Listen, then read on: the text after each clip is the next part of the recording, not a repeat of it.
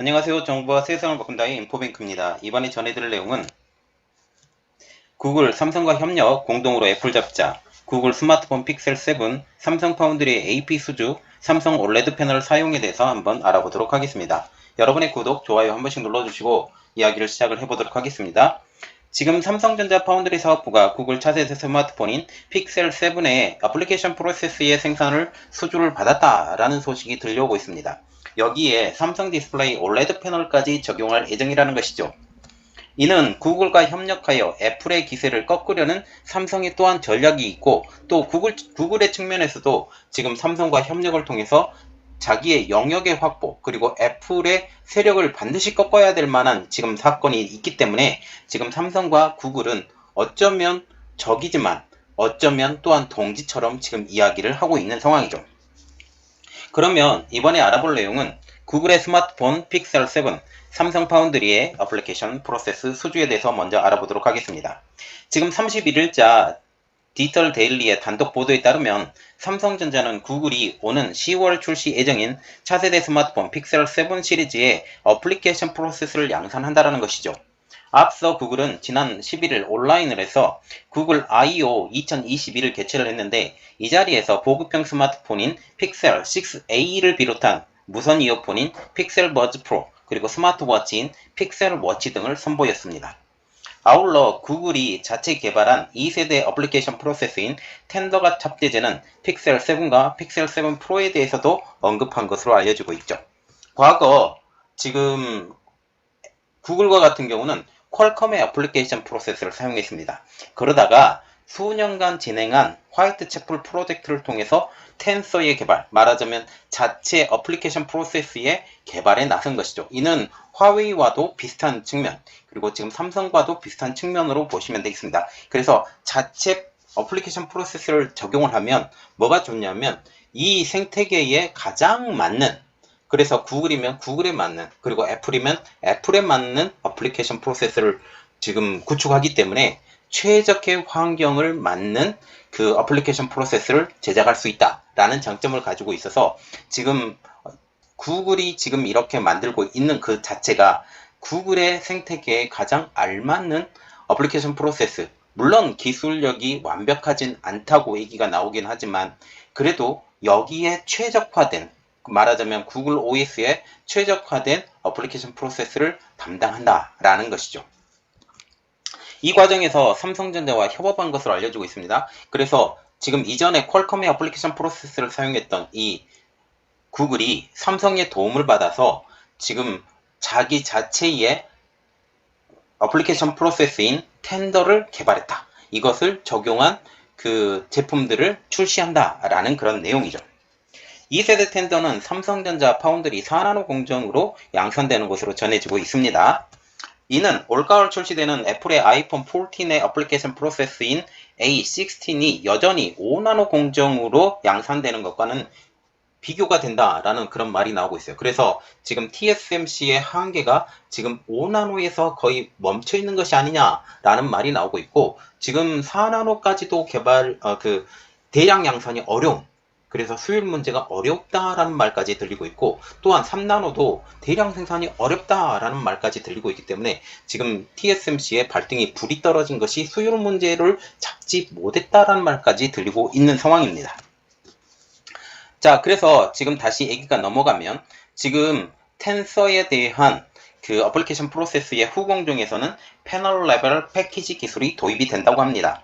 이렇게 패널 레벨 패키지 기술은 웨이퍼를 자른 칩을 사각형 모양의 패널에 배치를 해서 패키징하는 기법으로 원가 절감, 그래서 사각형이 딱 들어가기 때문에 그 딱 핏에 맞아요. 그래서 원가 절감, 생산성 향상에 유리한 것으로 알려지고 있죠.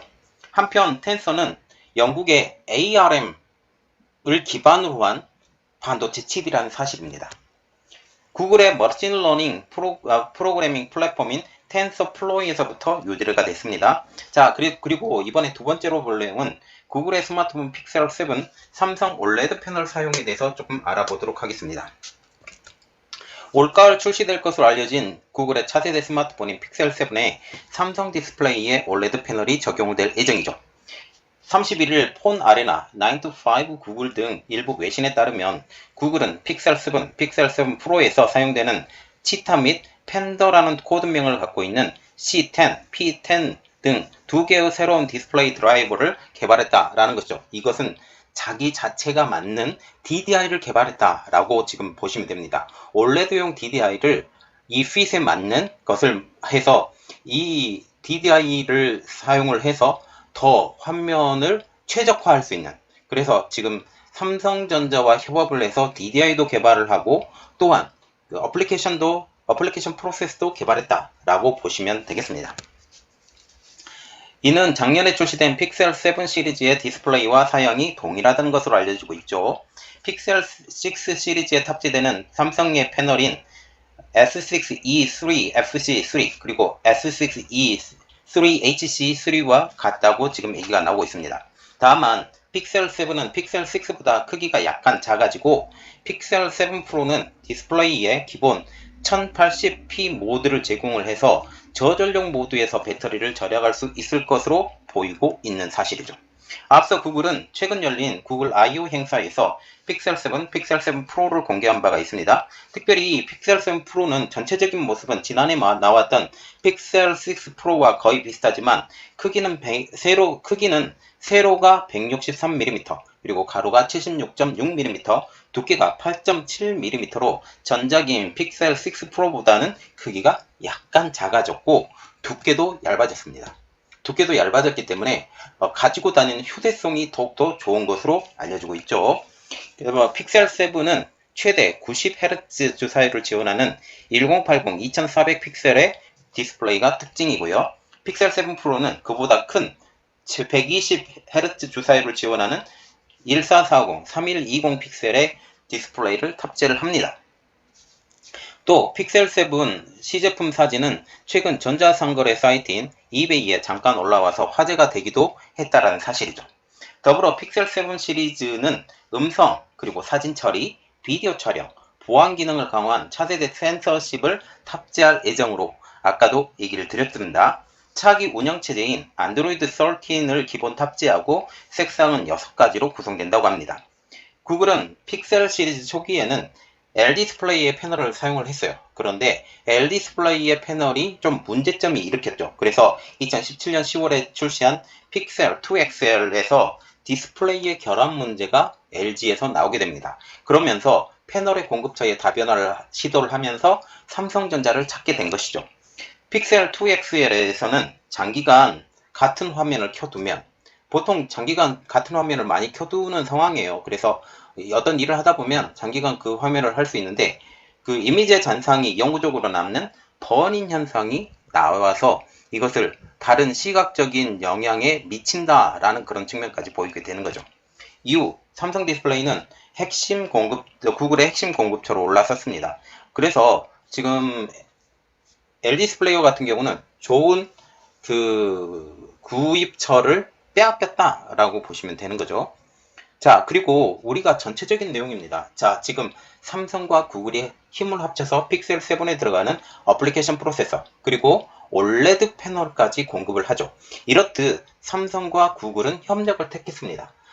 물론 삼성과 구글이 서로의 적이 될 수가 있어요. 왜냐하면 물품이 나오는 건 비슷비슷합니다. 그래서 지금 스마트폰도 스마트워치도 그리고 여러 가지 제품들, 노트북이나 이런 것들이 다양하게 나오는데 제품군이 비슷해요.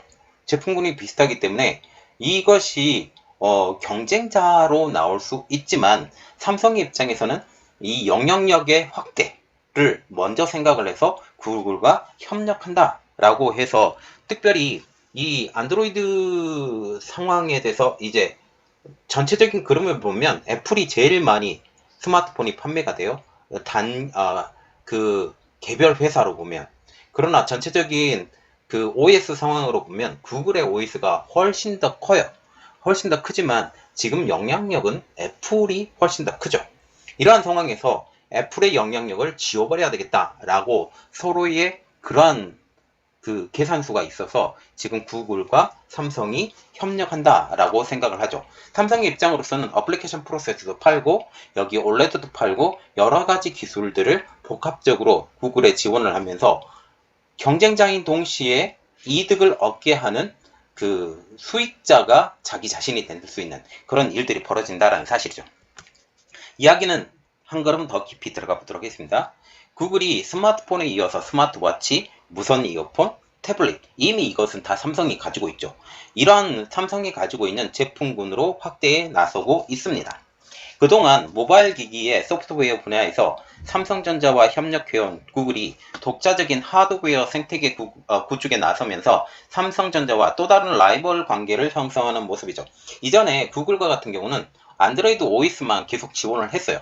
안드로이드 OS를 지원을 하면서 소프트웨어 부분에 대해서는 지금 구글, 그리고 하드웨어 부분에 대해서는 물품이죠. 물품 부분에 대해서는 삼성전자 이렇게 생각을 했었지만 이제 구글이 이 영역을 뛰어넘어서 이런 그 스마트워치나 스마트폰이나 무선 이어폰이나 태블릿 이런 쪽으로 영역의 확장에 나서고 있다라는 거죠. 동시에 구글은 삼성전자와 웨어러블 분야에서 협력을 강화한다고 밝혔으며 한때 반애플 전선을 형성했던 두 회사는 적이자 동지인 기묘한 관계를 구축하게 됐다라는 측면이죠. 구글은 올 7월 픽셀 6a, 픽셀 버즈 프로를 시작을 해서 올가을 픽셀 워치, 하이엔드 스마트폰인 픽셀 7을 지금 순차적으로 출시한다고 밝힌 상황입니다. 내년에는 픽셀 태블릿을 출시하고 향후 2, 3년 내에 지금 스마트 글라스, 말하자면 AR 글라스도 출시할 계획이죠.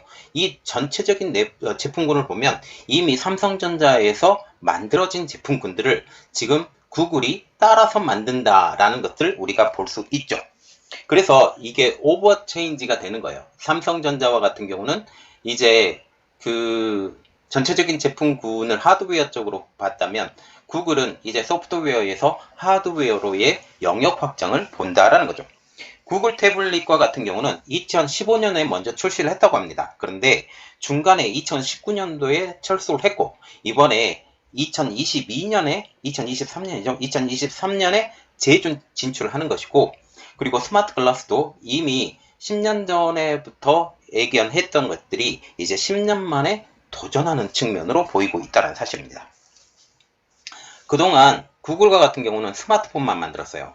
스마트폰만 만들었던 이 구글이 이제 하드웨어의 제품군을 늘리면서 픽셀 생태계에 본격적으로 구축한다는 목표를 가지고 있죠. 구글이 하드웨어 분야를 강화하는 이유는 충성 고객을 만들기 위해서, 다시 말하면 안드로이드 OS의 이러한 제품군에 딱 들어가서 우리에게 벗어나지 마. 특별히 구글이라는 이름을 가지고 있기 때문에 구글이라는 이름을 가지고 만드는 스마트폰이나 아니면 태블릿이나 이런 것들을 한꺼번에 사용을 해 라고 얘기를 하고 있죠. 특히 하나의 아이디로 여러 하드웨어 제품을 연결하고 사용할 수 있도록 함으로써 사용자의 만족도를 높일 수 있게 된다라는 거죠. 지금 우리가 구글 이메일을 쓰고 있죠. 구글 이메일을 쓰고 있는데 이 구글 이메일을 통해서 구글 생태계에 우리가 이미 들어가 있는 상황이에요. 그래서 우리가 지금 스마트폰을 바꾸더라도 따로 우리가 그 사람들의 전화번호를 넣지 않습니다. 이미 사용했던 구글 이메일을 사용해서 집어넣으면 그것을 자연적으로 다운받아서 쓸 수 있는 생태계로 변했다라는 거죠. 이것과 마찬가지로 이제 태블릿을 사용해도 그리고 AR 글라스를 사용을 해도 지금 이어폰을 사용해도 다 한꺼번에 연결된다라는 사실까지 우리가 볼 수 있다라는 것입니다. 이는 사용자가 이제 다른 제조사로 넘어가지 못하게 하려는 락인 효과, 잠금 효과를 노린 측면이라는 것입니다. 이 정책은 애플의 정책과 상당히 유사한 면이 있죠. 애플도 iOS, 지금 OS가 따로 쓰여요. 그래서 그 구글과 같은 경우는 안드로이드 OS를 사용하지만 애플은 iOS라는 OS를 독자적으로 사용하고 있죠. 이 독자적으로 사용하고 있는 iOS를 통해서 애플의 생태계를 구축을 하면서 충성 고객층을 확보에 성공을 한 사례입니다. 여기에 아이폰, 그리고 아이패드, 태블릿인 아이패드, 스마트워치인 애플워치, 그리고 무선 이어폰인 에어팟, 그리고 노트북인 맥북, PC인 맥 등의 연결성을 높인 게 지금 애플의 성공 요인이라는 사실이죠. 삼성전자 역시 갤럭시 에코시스템으로 구축했습니다. 삼성전자와 같은 경우는 갤럭시 폰, 갤럭시 스마트워치인 갤럭시 워치, 그리고 태블릿인 갤럭시 탭, 무선 이어폰인 갤럭시 버즈, 노트북인 갤럭시 북, 이렇게 갤럭시 생태계를 연출했다라는 사실이죠. 그래서 구글도 이러한 모습과 같이, 특히 삼성과 같은 이러한 안드로이드 OS를 기반으로 한 제품들을 이야기를 하겠다라고 강조를 하면서 우리들의 기술력은 이렇게 뛰어나 우리들의 생태계에서 벗어나지 말아주세요라고 어필을 하는 것이죠. 최근에는 삼성전자와 같은 경우는 스마트 싱크 앱으로 TV, 세탁기, 로봇 청소기, 에어컨 등 가전제품과 사물 인터넷 등을 연결해서 시너지를 낸다라는 전략을 세우고 있습니다. 그래서 삼성의 이런 여러 가지 그 스마트폰을 이용을 해서 또 거기에서 스마트 싱크를 쓰면 TV도 지금 삼성의 폰을 이용해서 켤 수도 있고 끌 수도 있고 채널을 저장할 수도 있고, 그리고 세탁기도 구동시킬 수 있고 로봇 청소기를 끌 수도 있고 지금 이동을 시킬 수도 있고, 그리고 에어컨도 가동을 시킬 수 있는 스마트폰 하나가 모든 역할을 다 하는, 이렇게 사물 인터넷으로 연결해서 시너지를 연결한다라는 내용이죠. 그래서 지금 화웨이의 원 플러스 8 정책이 있는데요. 이 스마트폰을 이용을 해서 여러 가지 제품군을 하나로 제어한다라는 게 원 플러스 8인데, 삼성전자가 이렇게 스마트폰 하나를 놓고 여기에 TV, 여기에 청소기, 에어컨, 다른 가전제품들, 그리고 다른 제품들에 대해서 연결한다라는 것이죠. 여기에 폰도, 워치도, 태블릿도, 그리고 노트북도 다 하나의 그런 것으로 연결되는 것처럼 보입니다. 삼성전자가 지난 12월 대대적인 그 사업부의 통합을 단행을 했어요. 어떻게 했냐면 IT 모바일 분야인 IM 분야, 그리고 가전제품 분야인 CE 분야, 여기를 통합을 해서 MX 사업부로 변경을 했습니다. 자, 아까 볼 때 스마트 그 IoT 이야기를 나왔죠. 그래서 화웨이의 원 플러스 8을 보면 이렇게 서로가 연결되어 있어요. 그래서 그 스마트폰을 이용을 해서 여러 가지 것을 다 하는데 이 중심이 스마트폰이라는 사실이죠. 그래서 화웨이도 스마트폰을 절대 포기 못하는 이유도 여기에 있고, 샤오미도 마찬가지고, 샤오미와 같은 경우도 다 같은 이야기가 나오는데 삼성전자도 마찬가지로 이러한 것들을 추진을 하기 때문에 사업부를 통합을 했습니다. 가전사업부와 지금 모바일 사업부를 통합을 한 거죠. 다시 말하면 스마트폰을 만드는 사업부, 이것은 옛날부터 따로 있었지만, 스마트폰이나 아니면 노트북이나 이러한 사업부가 따로 있었지만 이제 가전사업부와 함께 합쳐졌다. 이게 MX 사업부다 라고 보시면 되는 거죠. 구글도 향후 모바일 시장에서 동일한 안드로이드 OS와 웨어 OS를 사용하고 있기 때문에 삼성전자와 경쟁할 것으로 보이는 것은 당연한 사실이죠. 소비자는 익숙한 OS를 사용을 하기 때문에 그 익숙한 기기로 교체할 가능성이 높습니다. 그래서 삼성전자 OS를 사용한 사람은 구글의 OS를 그대로 사용을 하기 때문에, 안드로이드 OS를 사용을 하기 때문에 이 안드로이드 OS로 지금 작동이 되는 구글의 스마트폰을 사용할 가능성이 높아진다는 거죠. 그러나 애플의 스마트폰을 사용했던 사람은 지금 구글 영역으로 넘어오기 상당히 힘든 것처럼 보이는 것도 사실입니다. 그러나 어깨는 구글이 삼성전자와 경쟁하기에는 당분간 쉽지 않을 것으로 내다보고 있어요. 왜냐하면 삼성전자의 기술이 워낙 뛰어나기 때문이죠.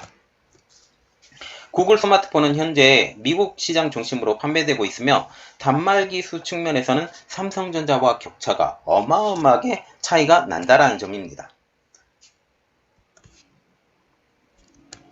또 미국 스마트폰 시장에서의 양 사이의 점유율 차이도 어마어마하죠.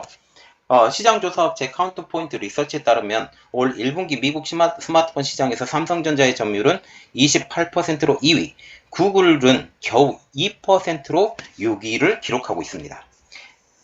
그래서 구글과 같은 경우는 비교적 신성장 사업인 스마트워치 시장에서 승부를 보겠다라는 심산이죠. 스마트워치와 같은 경우는 삼성전자가 힘이 약한 부분이에요. 그래서 이러한 부분이 지금 삼성전자의 스마트폰과 지금 구글의 스마트워치의 결합까지 나올 수 있는 상황이죠. 카운트포인트 리서치에 따르면 지난해 스마트워치 시장에서 1위인 애플을 제외하면 삼성전자는 10%, 그리고 화웨이는 8%, 아이무는 5%, 그리고 샤오미의 어메이즈핏은 5%, 가민이 5% 등 이 점유율 격차가 크지 않은 편이기 때문에 진입 장벽이 높지 않는 것이 지금 스마트워치 시장이라는 사실이죠. 그래서 구글도 스마트워치 시장에 힘을 집중할 것이다 라는 분석도 이러한 이유로 나오고 있습니다. 구글 입장에서는 충분히 가능성이 있는 시장으로 여겨질 수 있다는 사실이죠. 자, 지금 보시면 2020년부터 2021년까지 보면 연 단위로 보면 23.8%가 성장을 했고 지금 애플의 워치와 같은 경우는 33%에서 30%로 점유율이 떨어진 상황이에요. 삼성전자와 같은 경우는 9%에서 10%로 점유율이 높아진 상황. 그리고 화웨이와 같은 경우는 11%에서 8%로 점유율이 낮아진 상황입니다. 그리고 아이무가 있죠. 아이무와 같은 경우는 5%, 5%. 똑같은 상황이죠. 거의 비슷한 상황입니다. 자, 이야기는 넘어가 보겠습니다. 구글의 픽셀워치는 갤럭시 워치와 동일한 웨어 OS를 사용한다는 점에서 삼성의 점유율을 가지고 올 수 있는 요소가 크기 때문에 삼성전자의 삼성전자의 갤럭시 워치를 쓴 사람이 구글의 그 픽셀 워치를 쓸 가능성이 높아진다. 물론 구글이 제품이 좋고 가성비가 좋다라는 전제 하에서입니다. 웨어 OS는 구글과 삼성이 협력 개발한 웨어러블 OS라고 지금 알려주고 있고, 삼성전자는 이전에 독자 OS인 타이젠 OS를 만들었어요. 이것을 독자적으로 사용하고 있다가 지난해 출시한 갤럭시 워치 4에서부터 이 구글과 삼성전자가 공동으로 개발한 웨어 OS를 탑재를 하고 있는 상황이죠. 업계에서는 구글이 당장은 갤럭시보다 점유율이 낮은 스마트폰 브랜드를 대상으로 경쟁할 것이라면서 구글이 픽셀 생태계를 구축하기까지 최소 2년에서 3년의 시간이 필요할 것으로 보인다라고 전망을 하고 있습니다. 일단 구글과 삼성이 이렇게 웨어러블 분야에서 그 지속적인 협력 강화를 약속을 하면서 경쟁 관계에는 선을 긋는 모습이라는 거죠. 이들 두 회사는 메가급 경쟁사인 애플과 맞서기 위해서 상생 전략을 전개하는 것처럼 보인다는 사실입니다. 구글은 이번 I/O에서 삼성전자의 협업 개발한 헬스 커넥트를 처음 공개를 했고, 삼성전자도 연내에 갤럭시 워치에 헬스 커넥트를 도입한다라고 밝히고 있는 상황이죠. 그래서 지금 구글에서 개발하고 삼성에서 이걸 탑재하고 라고 지금 얘기를 하면서 서로의 협력 관계는 서로 상생의 관계다라고 보시면 되겠습니다. 아울러 갤럭시 워치 4는 올 여름부터 구글의 음성 비서인 구글 어시스턴트를 도입할 예정이고, 삼성전자는 갤럭시 워치에 빅스비 그리고 구글 어시스턴트를 동시에 제공함으로써 고객의 선택권을 넓히고 경쟁력을 높인다라는 말이죠. 빅스비와 같은 경우는 갤럭시에서 자체 개발한 것이에요. 그래서 구글에서 만들어진 것도 넣고 그리고 자체 개발한 것도 넣고 이렇게 얘기를 하는 거죠. 패트릭 쇼메 삼성전자 무선사업부 CX 실장 부사장은 지난 11일날 기고문을 통해서 올해 웨어 OS 단말기 수는 지난해 같은 기간을 비해서 3배 넘게 급증했다라고 하면서 삼성과 구글이 웨어 OS를 선보인 지 1년 새 사용자가 눈에 띄게 증가한 걸 보면 이번 협업은 매우 성공적이었던 것을 알 수 있다라고 말을 하고 있습니다. 그는 이어서 이는 단지 시작에 불과하다 라고 하면서 삼성전자는 웨어러블 생태계를 안드로이드와 폭넓게 통합함으로써 사용자들의 경험을 더욱 의미있게 개선할 것이라고 지금 밝히고 있는 상황이 되겠습니다. 자, 지금 보시면 삼성전자와 구글이 한때 협력을 해요. 특별히 이번에 텐서를 개발을 하는데 어플리케이션 프로세스죠. 삼성전자의 힘이 많이 필요했고, 또한 여러가지 구글의 제품들을 삼성전자 제품에 탑재를 시키면서 서로 경쟁하는 구도가 아닌 협업하는 구도. 그럼에도 불구하고 전국에는 경쟁하는 구도로 가겠지만 애플의 생태계를 깨부셔야 되겠다라는 공동 목표를 가지고 이제 규모의 경제로 나간다라는 사실이죠. 규모의 경제로 나가서 이 삼성전자와 같은 경우 이런 생각을 가지고 있을 것입니다. 서로 돌 건 도우자. 그리고 이런 구글에 좋은 점이 있으면 다 우리가 흡수해서 우리가 경쟁력 있는 제품을 만든다면 다른 제품들을 이미 능가할 것이다 라고 말을 한다는 거죠. 그래서 이런 협력이 언제까지 갈 것인지, 그리고 이러한 협력을 통해서 구글이 얼마나 성장할 것인지에 대해서 우리가 한번 지켜보도록 하겠습니다. 이번 내용은 여기까지 하겠고요. 저희 내용이 여러분들에게 도움이 되셨다고 생각을 하시면 구독과 좋아요 그리고 알람 설정까지 부탁드리겠습니다. 감사합니다.